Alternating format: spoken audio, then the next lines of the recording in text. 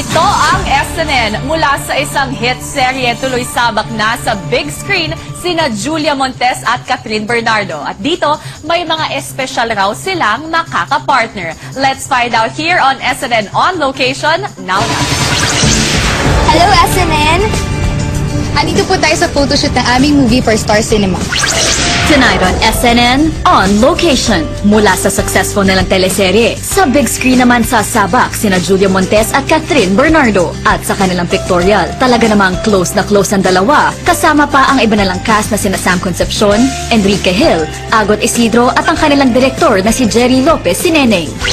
I'm happy kasi yung first ever movie na lead kami ni Julia, magkasama kaming pa yung dalawa. Siyempre, sobrang saya po dahil magkakasama kaming apat dito at sobrang saya dahil Star Cinema po yung gagawa nito. Magkapatid ang roles nila Julia at Catherine sa pelikula at ang magiging mga ka-love team nila for the first time, sina Sam Concepcion at Enrique Hill. Pangalan ng role ko dito is AJ. Meron silang parang cast ni Jessica. Pero best friends talaga sila eh. Michael, ako yung childhood friend ni Anna or basta ni Catherine. Best friends pero may parang may mga love factor, mga ganun. At para sa kanilang mga fans, dalawang naiibang kiligraw ang mapapanood ng lahat sa kanilang mga love teams. Yung mga jolog jokes moments namin.